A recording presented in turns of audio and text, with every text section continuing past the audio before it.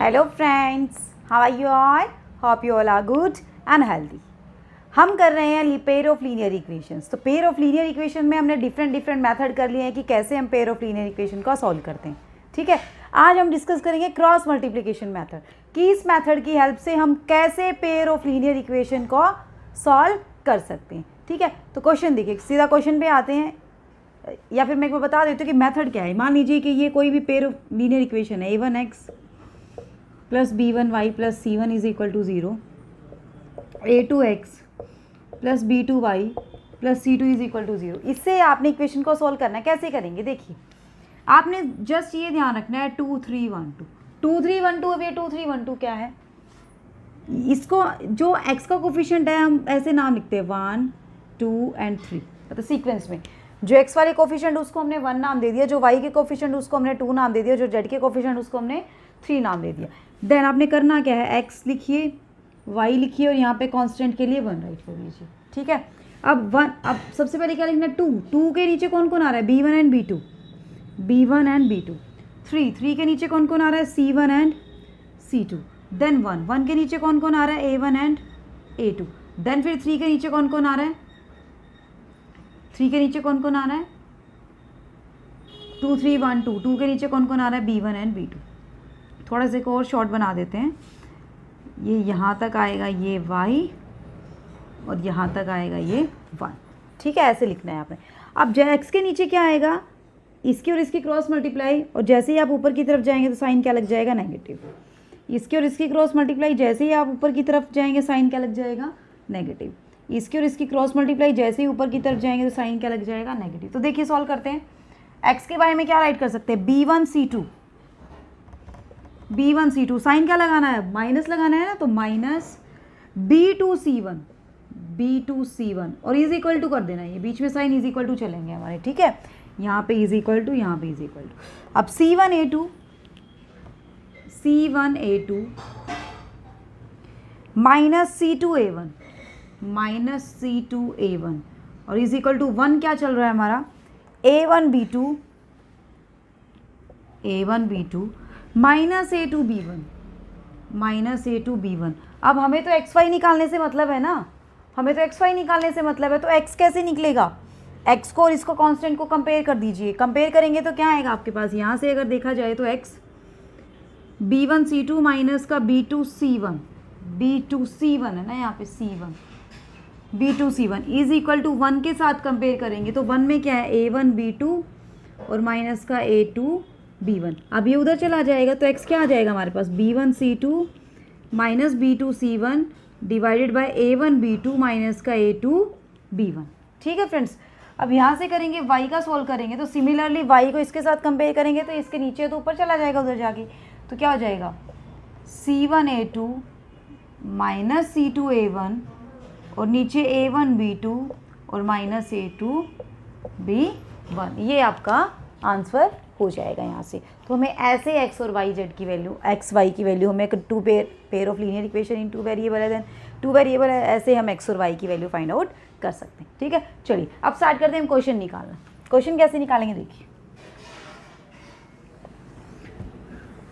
Exercise 3.5 का first question देखिए क्या है, which of the following pair of linear equation has a unique solution, no solution और infinite many solution.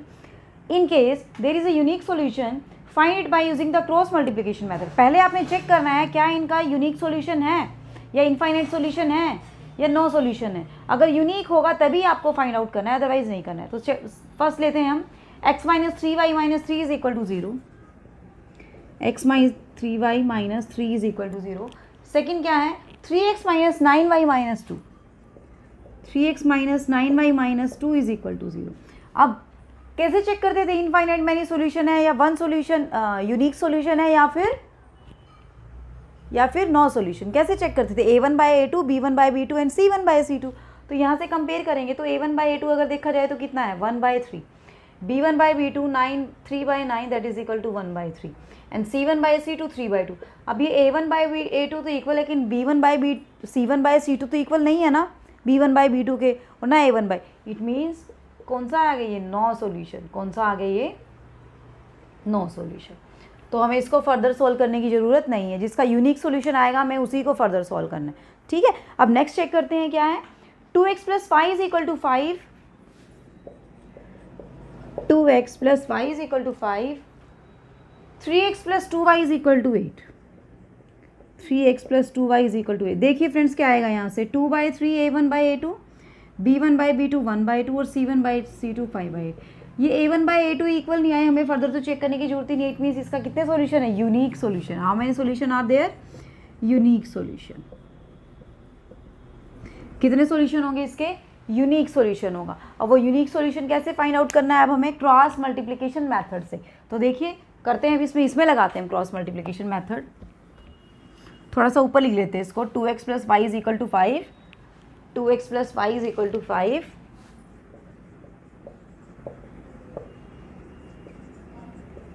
And 3x + 2y = 8। अब देखिए is equal to तो 0 बनाना है ना हमने, c1 तो इधर आना चाहिए, is equal to 0, 3x + 2y - 8 = 0। अब ये a1, ये है a2, ये है a1, ये b1, ये c1, ये a2, ये b2, ये c2। तो लिख दीजिए आप, x के नीचे 2 3 1 2 है ना, 2 3 मीन्स 1 2, 2 आ गया, 3 में क्या आया -5 -8, 1 में क्या आया 2 3, और 2 में क्या आया फिर से 1 2। कर दीजिए इनकी मल्टीप्लाई। x के नीचे क्या आएगा यहाँ से देखे तो हम, 1 × -8 -8, माइनस फिर लगेगा तो minus minus plus 5 × 2 = 10 is equal to y/, -5 × 3 = -15, और फिर से इधर जाएगा तो साइन नेगेटिव लगेगा, तो नेगेटिव नेगेटिव क्या बन जाएगा फिर से पॉजिटिव बन जाएगा, तो +16 इज इक्वल टू 1/2 × 2 = 4 एंड 3 × 1 = 3, और साइन क्या लग जाएगा माइनस। जैसे ही आप ऊपर से नीचे आते तो साइन आपने पॉजिटिव रखना है, नीचे से ऊपर जाते तो साइन आपने क्या कर देना है, नेगेटिव बना देना है। क्या बना देना है, नेगेटिव। तो इसको सॉल्व करेंगे तो यहाँ से क्या आएगा, x/2 is equal to y/1 is equal to 1/1। अब फर्स्ट इसको कंपेयर कीजिए इसके साथ, तो इसको कंपेयर करेंगे तो x/2 इज इक्वल टू 1 है, तो x की वैल्यू क्या आ गई फ्रेंड्स यहाँ से 2, x की वैल्यू क्या आ गई यहाँ से 2, हमारी x की वैल्यू आ गई।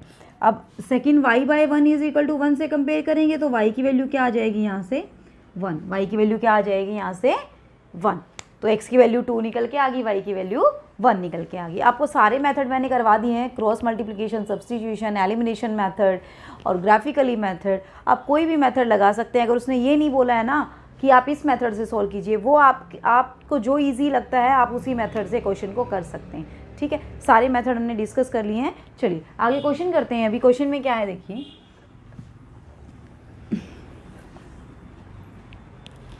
नेक्स्ट है हमारा question, for what value of k will be the following pair of linear equation has no solution. आपको बताना है कि एक लीनियर इक्वेशन दी हुई है 3x + 5 = 1,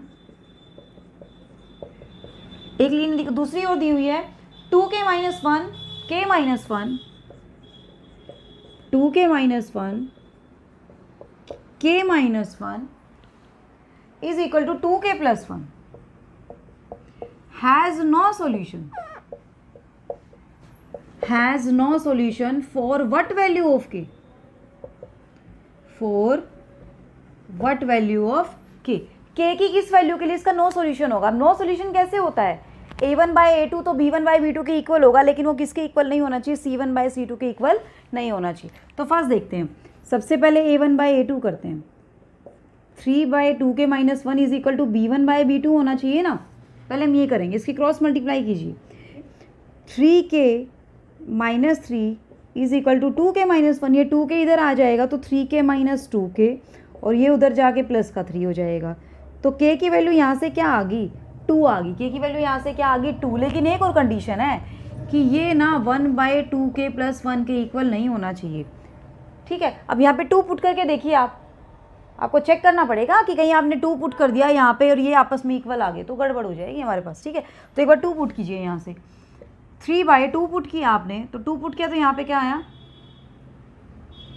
4 - 1, तो यानी कि 3/3 कितना आ गया आपके पास 1 आया, और यहाँ पे आपने 2 पुट किया 1/2 - 1, यहाँ से भी कितना आया 1, 1 इज इक्वल टू 1। अब यहाँ पे 2 पुट कीजिए, 2 इंटू 2 प्लस 1 कितना आया 1/5, वो तो इक्वल नहीं है ना इनके, यानी कि हमारा रिजल्ट भी वेरीफाई हो गया। तो के की वैल्यू कितनी निकल के आ गई है हमारे पास, यहाँ से 2 निकल के आ गई।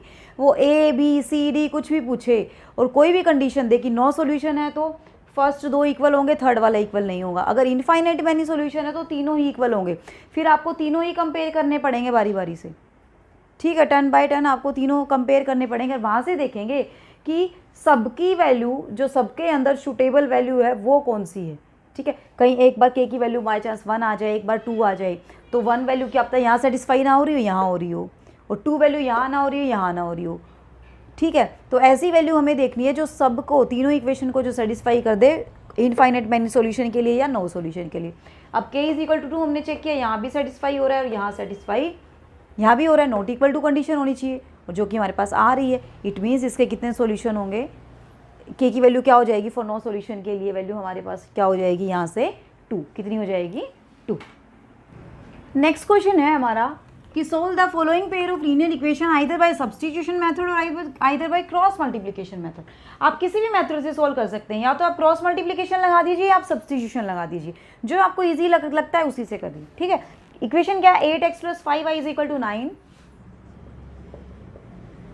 8x + 5y = 9, 3x + 2y = 4, 3x + 2y। आप इसको किसी भी मेथड से कर सकते हैं, आइदर बाय सब्स्टिट्यूशन मेथड से कर दीजिए या फिर क्रॉस मल्टीप्लिकेशन मेथड से कर दीजिए। क्रॉस मल्टीप्लिकेशन मेथड जो हमने अभी डिस्कस किया था वो क्या था हमारा, क्रॉस मल्टीप्लिकेशन मेथड था, ठीक है। तो देखिए किससे करें, क्रॉस मल्टीप्लिकेशन से कर दें, चलिए क्रॉस मल्टीप्लिकेशन से कर देते हैं, क्योंकि आज का हमारा मेन टॉपिक ही ये क्रॉस मल्टीप्लिकेशन, तो वही यूज़ कर लेंगे ना, ताकि आपको अच्छे से समझ आ जाए क्या है। 2 3 है ना, बस ध्यान रखना है 2 3 1 2, 2 3 1 2, 2 मीन्स 5 2, पहले तो इसको इधर लेके आना पड़ेगा, फिर 9 इधर आएगा तो -4 इधर आएगा तो minus, is equal to 0 is equal to, ध्यान रखना कि a1x + b1y + c1 यानी कि इज इक्वल टू 0 रखना है आपने, ठीक है। तो 2 3 में क्या आया -9 -4, 1 में क्या आया 8 3 और 2 में क्या आया फिर से 5 and 2, ठीक है।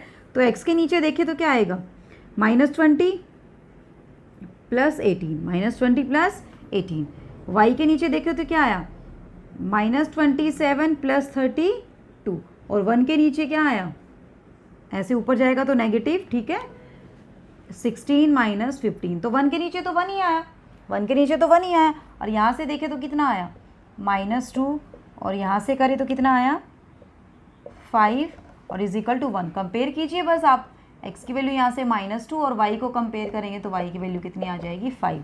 मेरे ख्याल से सबसे फास्ट मेथड तो यही है क्रॉस मल्टीप्लिकेशन। बस आपने याद क्या रखना है, क्या याद रखना है आपने, बस इतना सा काम करना है आपने कि x y और 1 और 2 3 1 2, ठीक है ना। बस आपने फिर क्या करना है, ऊपर से नीचे आएंगे तो प्लस साइन, नीचे से ऊपर जाएंगे तो माइनस साइन, और फटाफट से हम इसको सॉल्व करके मल्टीप्लाई करके क्विकली कर सकते हैं। बाकी आपकी मर्जी है कि आपको कौन सा मेथड अच्छा लगता है, आप उसी से कर सकते हैं, ठीक है। चलिए नेक्स्ट करते हैं, अभी वैल्यू बेस्ड क्वेश्चन हम करते हैं। क्वेश्चन की स्टेटमेंट देख लेते हैं एक बार क्या है। देखिए क्या दिया हुआ है क्वेश्चन में कि form the pair of linear equation in the following problem and find their solution if they exist by any algebraic method. आपको किसी भी अलजेब्रिक मेथड से सॉल्व कर देना है उसको, ठीक है। फर्स्ट क्वेश्चन देखिए क्या है हमारा, a part of monthly hostel charges is fixed and the remaining depends on the number of days one has taken food in the mess. When a student A takes food for 20 days, C has to pay rate 1000 as the hostel charges, whereas a student B who takes food for 26 days pays 1180 as the hostel charges. Find the fixed charges and the cost of the food per day. अब देखिए कि hostel में ना कुछ तो fix, आपको food लेने का कुछ तो फिक्स चार्ज लग रहा है, फूड लेने का कुछ तो फिक्स चार्ज लग रहा है, और जितना एडिशनल डे आप फूड लेंगे उसका एडिशनल चार्ज अलग से लग रहा है। तो हम क्या मान लेते हैं कि let fix charge of mess से ले रहे हैं ना हम फूड, तो मैस का हम मान लेते हैं x rupees, and let additional charge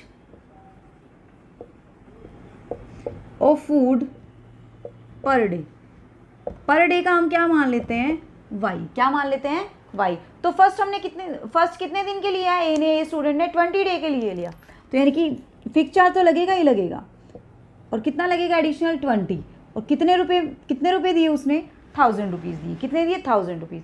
next क्या कह रहे हैं कि स्टूडेंट बी ने 26 डेज़ के लिए लिया, तो 26 के लिए लिया तो एक्स तो हमारा फिक्स है, और डेज़ कितने हैं 26 है, तो 20 पर डे के लिए क्या लग रहा है वाई लग रहा है, तो 26 के लिए क्या लगेगा 26, और ये कितना पे कर रहे हैं 1180 पे कर रहा है। अब इसने ये नहीं बोला है कि आपने क्रॉस मल्टीप्लिकेशन से करना है या सब्स्टिट्यूशन से करना है, जो आपको मेथड इजी लगता है आप उसी मेथड से इसको कर सकते हैं। अब देखिए यहाँ पे हमारा क्या इजी लग रहा है, हमें एक्स एक्स दिख रहा है, सिंपल क्या करेंगे एलिमिनेट कर देंगे, ये कट गया, और यहाँ से क्या आया -6y, और यहाँ से देखिए तो क्या आया -180, तो y की वैल्यू यहाँ से कितनी आ गई 30, ईजिली सॉल्व हो गया ना हमारा। यहाँ से अगर देखें तो क्या आ गई y की वैल्यू 30, और अब x की वैल्यू फाइंड आउट कर दीजिए, ये हमारा 1000, तो x की वैल्यू कितनी होगी 1000 माइनस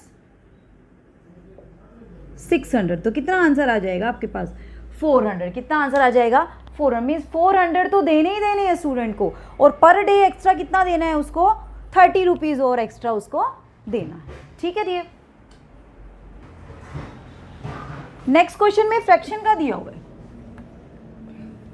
नेक्स्ट क्वेश्चन के अंदर एक फ्रैक्शन दी हुई है। फ्रैक्शन हम किस फॉर्म की लेते हैं, एक स्टेटमेंट रीड कर लेते हैं, क्या है, a fraction become 1/3 when 1 is subtracted from the numerator and it become 1/4 when 8 is added to the denominator, find the fraction. क्या करना है आपने कि फ्रैक्शन दी हुई है, वो फ्रैक्शन क्या बन जाती है 1/3, हम फ्रैक्शन को क्या मान लेंगे, late fraction is x/y, fraction क्या है हमारी x/y की फॉर्म की है। ठीक है, अब ये बोल रहा है कि फ्रैक्शन 1/3 हो जाती है जब 1 सब्ट्रैक्ट करते हैं न्यूमिनेटर में से, न्यूमिनेटर में से 1 हमने सब्ट्रैक्ट कर दिया तो फ्रैक्शन क्या बन गई 1/3। ठीक है, सेकंड कंडीशन क्या है 1/4 बन जाती है जब 8 ऐड करते हैं डिनोमिनेटर में, अगर डिनोमिनेटर में 8 ऐड कर दिया तो क्या बन गई 1/4। बस अब तो काम ही कुछ नहीं है, कर दीजिए क्रॉस मल्टीप्लाई, यहाँ से क्या आ जाएगा 3x - 3 is equal to y, यानी कि 3x - y is equal to 3, ये हमारी फर्स्ट इक्वेशन आ गई। वहाँ से करेंगे तो 4x is equal to y plus 8, तो 4x - y is equal to 8, equation number क्या बन गई हमारी 2। बस किसी भी मेथड से आप सॉल्व कर दीजिए, वो आपके ऊपर आप किस मेथड से सॉल्व कर रहे हैं, ये प्लस ये माइनस, अरे कौन सा काट दिया, y कटेगा ना, x। ठीक है, y से y कट गया, तो यहाँ पे -x इज इक्वल टू कितना आ गया -5, तो x की वैल्यू कितनी आ गई 5, x की वैल्यू जहाँ चाहे आप वहाँ पुट कर दीजिए, मान लीजिए यहाँ पुट कर दिया आपने, तो 4 × 5 - y इज इक्वल टू 8, तो -y इज इक्वल टू कितना हो जाएगा ये 8 - 20, तो y की वैल्यू कितनी आ गई यहाँ से 12, y की वैल्यू कितनी आ गई यहाँ से 12, और x की कितनी आई थी 5, तो फ्रैक्शन क्या बन गई आपके पास 5/12, तो ये आपका क्या आ जाएगा यहाँ से आंसर। अगर इसको वेरीफाई करना चाहें ना तो वेरीफाई भी कर सकते हैं हम। देखिए वेरीफाई कैसे कर सकते हैं, न्यूमिनेटर में से 1 सब्ट्रैक्ट कीजिए, 1 सब्ट्रैक्ट किया 4/12, 4/12 1/3 बन गया या नहीं बन गया, बन गया ना। और यहाँ से डिनोमिनेटर में आप 8 ऐड कीजिए, 8 ऐड किया आपने, क्या बन गया 20, तो 5/20 क्या होता है 1/4, ये भी बन गया। तो अगर आपको क्वेश्चन में कहीं भी डाउट लगता है, आपको ये लगता है कि कहीं मेरा आंसर रॉन्ग तो नहीं है, तो आप वहाँ पे वेरीफाई करके चेक कर सकते हैं। आप x और y की वैल्यू पुट कीजिए और वहाँ से वेरीफाई कीजिए कि क्या ये रिज़ल्ट हमारा अप्लीकेबल हो रहा है या नहीं हो रहा है। ठीक है, ऐसे आप इस चीज़ को वेरीफाई कर सकते हैं। ठीक है, चलिए नेक्स्ट देखते हैं। अभी नेक्स्ट क्या है हमारा क्वेश्चन, नेक्स्ट क्वेश्चन देखिए क्या है हमारा। Yes scored 40 marks in a test, getting 3 marks for each right answer and losing 1 marks for each wrong answer. Had 4 marks been awarded for each correct answer and 2 marks be deducted for each incorrect answer, then Yash would have scored 50 marks. How many questions were there? How many questions were there in the test? First देखिए क्या condition कह रही है कि यश ने 40 marks लिए। कब लिए? जब 3 मार्क्स उसको मिल रहे हैं किसके लिए, राइट आंसर के लिए। 3 मार्क्स किसके लिए मिल रहे हैं उसको, राइट आंसर के लिए। और उसको क्या मिल रहे हैं, losing 1 marks for each wrong answer. पहले अगर उसको राइट आंसर के लिए 3 मार्क्स मिल रहे हैं और रॉन्ग आंसर के लिए 1 मार्क्स कम हो जाता है, तो उसको कितने मार्क्स हो जाते हैं उसके 50। लेकिन उसकी जगह पे अगर उसको करेक्ट आंसर के अगर उसको 4 मार्क्स मिले और इनकरेक्ट के उसको मिले 2 मार्क्स, पहले में 40 हुए, मैंने शायद 50 बोल दिया है, लेकिन अगर अब करेक्ट के 4 मिले और इनकरेक्ट के 2 डिडक्ट हो जाएं तो उसका स्कोर कितना हो जाता है, टोटल 50 हो जाता है। तो आपको बताने टोटल नंबर ऑफ क्वेश्चंस कितने हैं, तो हम let number of correct answers हमने क्या मान लिए y, और नंबर ऑफ इनकरेक्ट आंसर हमने क्या मान लिए, नंबर ऑफ करेक्ट आंसर हमने x मान लिए और नंबर ऑफ इनकरेक्ट आंसर हमने क्या मान लिए, y मान लिए। ठीक है यहाँ तक। अब देखिए 40 मार्क्स है उसके, टोटल कितने मार्क्स हैं 40। कब है ये 40, जब उसे क्या मिल रहे, 3 मार्क्स मिल रहे राइट आंसर के लिए। तो राइट आंसर कितने दिए, 3 दिए ना, और एक राइट आंसर के 3 मिल रहे हैं, तो टोटल कितने आंसर है राइट, x है, तो कितने मिलेंगे 3x। अब इनकरेक्ट है तो मार्क्स डिडक्ट होंगे ना, कितने डिडक्ट हो रहे हैं, 1 डिडक्ट हो रहे हैं, तो 3x minus y is equal to 40 equation number 1। 3x minus y is equal to 40 equation number 1। Then क्या कह रहा है, 4 मार्क्स करेक्ट के लिए अगर 2 मार्क्स इनकरेक्ट के डिडक्ट कर दें तो 4 मार्क्स तो मिल रहे हैं और 2 मार्क्स कट रहे हैं, डिडक्ट हो रहे हैं, तो मीन्स माइनस हो जाएगा। तो टोटल स्कोर कितना है उसका 50 है, इक्वेशन नंबर 2। अब यहाँ से सॉल्व कर लीजिए, आपकी x कितने आएंगे, y कितने आएंगे, किसी मेथड से सॉल्व कर लीजिए। मान लीजिए इसको मैंने 2 से मल्टीप्लाई कर दिया तो ये क्या हो गया, 6x minus 2y is equal to 80। यहाँ से 4x minus 2y is equal to 50। तो ये प्लस ये माइनस ये कट गया हमारा, तो यहाँ पे क्या बचा, 2x इज इक्वल टू 30। तो x की वैल्यू कितनी आ गई हमारे पास यहाँ पे 15। कितनी आ गई 15, यानी कि उसने करेक्ट आंसर कितने किए हैं, 15 उसने करेक्ट किए हैं। तो इनकरेक्ट कितने हुए, निकाल दीजिए आप y की वैल्यू। तो 3 into 15 minus y is equal to 40। तो ये यहाँ से क्या हो जाएगा, minus y is equal to 40 minus 45 that is -5। तो कट गया ये, तो y कितना आ गया 5, यानी कि करेक्ट कितने किए 50, इनकरेक्ट कितने किए 5। तो ये नंबर ऑफ आंसर्स है ना, तो टोटल कितने क्वेश्चन हो गए, मतलब कितने क्वेश्चन के आंसर दे रहा है वो 20 क्वेश्चन के। तो कितने हो गए टोटल क्वेश्चन, इन दोनों को ऐड कर देंगे तो कितने क्वेश्चन होंगे हमारे पास, टोटल 20 क्वेश्चन है। कितने थे टेस्ट में क्वेश्चन, टोटल 20 क्वेश्चन थे टेस्ट के अंदर। समझ आया अच्छे से, ठीक है। चलिए नेक्स्ट क्वेश्चन देखते हैं, अभी क्या है, इसको रफ कर देते हैं एक बार। नेक्स्ट देखिए क्या question, places A and B are 100 km apart on a highway. One car starts from A and another car from the B at the same time. If the car travel in the same direction at the different speeds, they meet in the 5 hour, and if they travel toward each other, they meet in the 1 hour. What are the speeds of the 2 car? देखिए friends क्या कह रहा है ये, कि यहाँ पे एक पॉइंट A पॉइंट है, यहाँ पे B पॉइंट है, दोनों के बीच का डिस्टेंस है 100 किलोमीटर। अब A पॉइंट से एक कार चली और B पॉइंट से एक कार चली, ठीक है। अगर वो दोनों अपोजिट डायरेक्शन में आ रही हैं, तो इट मीन्स वो कितनी देर में मिल जाती हैं, 1 आवर में एक दूसरे के पास आ जाती है। एक दूसरे के पास कितने आवर में आ जाती है, 1 आवर में। लेकिन अगर ये एक पॉइंट है, ये एक पॉइंट है, अगर वो दोनों सेम डायरेक्शन में जा रही हैं, ये भी इधर जा रहा है, ये भी इधर जा रहा है, तो ऑलरेडी उनके बीच का डिस्टेंस 100 है, तो वो कितनी देर में जाके मिलेंगी, 5 आवर में जाके मिलेंगी। स्पीड दोनों की क्या है, अलग अलग है। क्या है, दोनों की स्पीड अलग है। अब मुझे एक चीज़ बताइए, मैं यहाँ से चलना स्टार्ट करूँ, आप वहाँ से चलना स्टार्ट करें, तो हमें टाइम कम लगेगा ना, एक दूसरे के पास आने में टाइम कम लगेगा ना। तो कम लग रहा है तो इट मीन्स हमारा क्या हो रहा है, डिस्टेंस जल्दी कवर हो रहा है। डिस्टेंस जल्दी कवर होता है, हम डिस्टेंस में क्या कर देंगे, अगर हम स्पीड x माने, स्पीड हमारी ज़्यादा होगी। ऐसा ही मतलब हुआ ना कि अगर एक दूसरे के पास आ रहे हैं तो स्पीड हमारी क्या हो जाएगी, ऐड हो जाएगी, ठीक है। लेकिन अगर हम सेम डायरेक्शन में जा रहे हैं, आप भी इधर ही जा रहे हैं, मैं भी इधर ही जा रही हूँ, तो हमारी स्पीड क्या हो जाएगी, आपकी स्पीड अलग है, मेरी स्पीड अलग है, तो डेस्टिनेशन तक पहुँचने में हमें क्या लगेगा, टाइम ज़्यादा लगेगा ना। तो वही चीज़ें इसने दी हुई है, तो वहाँ पर हमारा साइन क्या आ जाएगा, सब्ट्रैक्शन का साइन आ जाएगा, ठीक है। तो हम मान लेते हैं लेट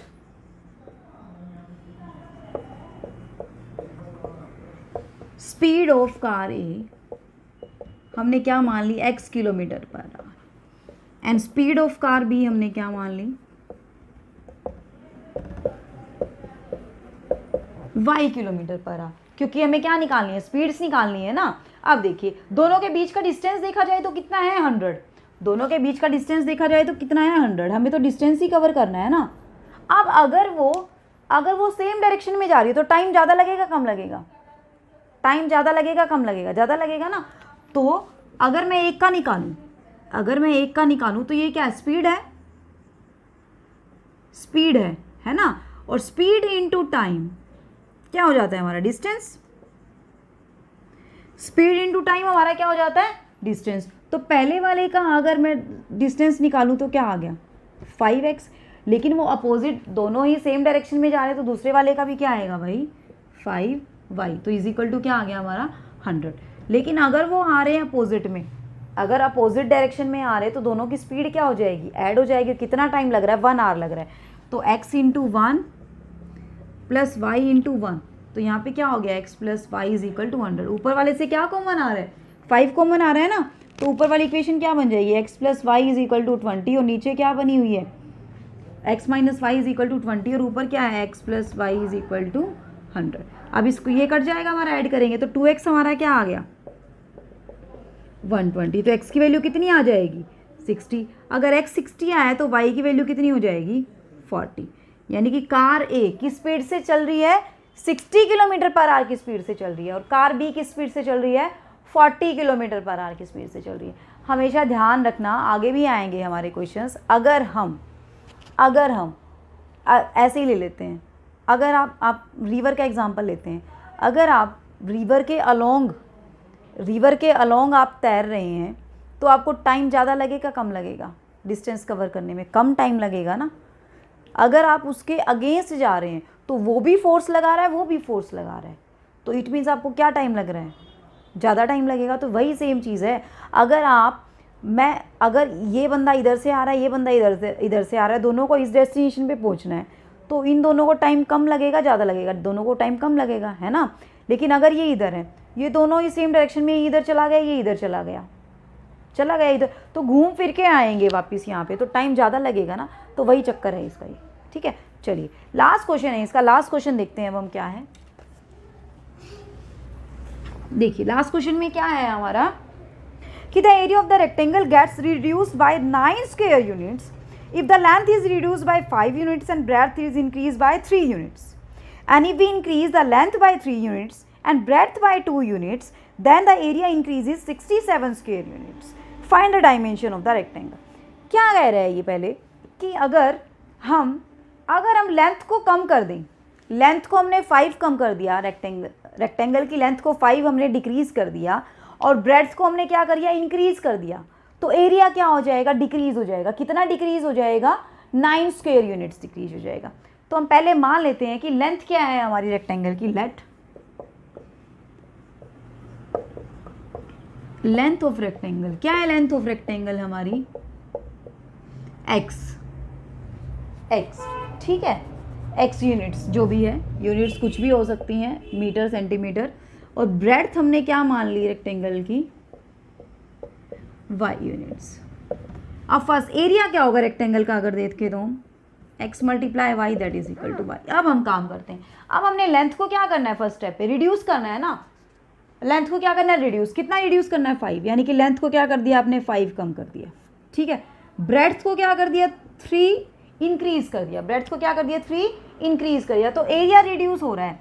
तो area means length multiply breadth. तो लेंथ मल्टीप्लाई एरिया पहले कितना था? XY था, अब कितना हो गया? XY माइनस 9 हो गया। सॉल्व कीजिए इसको पहले। XY plus 3x minus 5y minus 15 is equal to XY minus 9। XY से XY कट गया, बच गया क्या आपके पास? 3x minus 5y is equal to 6। 3x minus 5y is equal to 6। ये इक्वेशन नंबर फर्स्ट आ गई।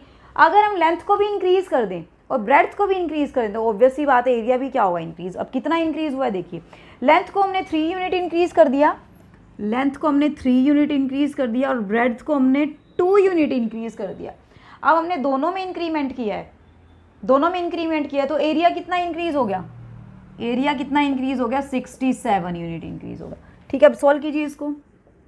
XY plus 2x plus 3y plus 6 is equal to XY minus 67। XY से XY कट गया, आपके पास बचा क्या? 2x plus 3y is equal to, ये plus था ना, इज इक्वल टू 61। और वहाँ से क्या आया हुआ है? 3x minus 5y is equal to 6। आपका जो मन करे आप उस से सॉल्व कर सकते हैं इसको, ठीक है। अगर मैं इसको मैं 3 से मल्टीप्लाई करूँ, इसको मैं 2 से मल्टीप्लाई करूँ, तो क्या आ जाएगा हमारे पास 6x plus 9y is equal to 183, और यहाँ से 6x minus 10y is equal to 12, ठीक है। अब ऐड कर दीजिए, ये सब्ट्रैक्ट, ये ऐड, ये सब्ट्रैक्ट, ये कट गया। 9 और 10 हमारा हो जाएगा 19y, और यहाँ से करेंगे तो क्या आ जाएगा 171। तो 19 और 9 की मल्टीप्लाई क्या होती है 171, तो y की वैल्यू कितनी आ गई यहाँ से 9, y की वैल्यू क्या आ गई यहाँ से 9। y की वैल्यू आप किसी भी इक्वेशन में पुट कर दीजिए, बाई चांस आपने यहाँ पुट कर दी, तो 5 × 9 इज इक्वल टू 6, तो 3x is equal to 6 plus 45, तो 3x इज इक्वल टू क्या हो जाएगा यहाँ से ये 51, तो x की वैल्यू कितनी आ गई 17, x की वैल्यू कितनी आई आपके पास 17। तो इस तरीके से आप x और y की वैल्यू को फाइंड आउट कर सकते हैं। आया समझ अच्छे से, बिल्कुल कोई प्रॉब्लम नहीं है। अगर फिर भी कोई भी प्रॉब्लम है तो नीचे मुझे कमेंट सेक्शन में कमेंट कर सकते हैं कि ये वाला क्वेश्चन नहीं आया है मैम, ठीक है, उसकी हम एक दिन डाउट क्लास ले लेंगे, ठीक है। तो अगर आज का लेक्चर आपको अच्छा लगा है तो चैनल को लाइक एंड सब्सक्राइब जरूर कीजिए, और कमेंट करके बताइए कि कैसा लगा है आपको लेक्चर, ठीक है। तो मिलते हैं नेक्स्ट लेक्चर में, तब तक के लिए bye bye, take care, be healthy and be happy. Thanks for watching this video.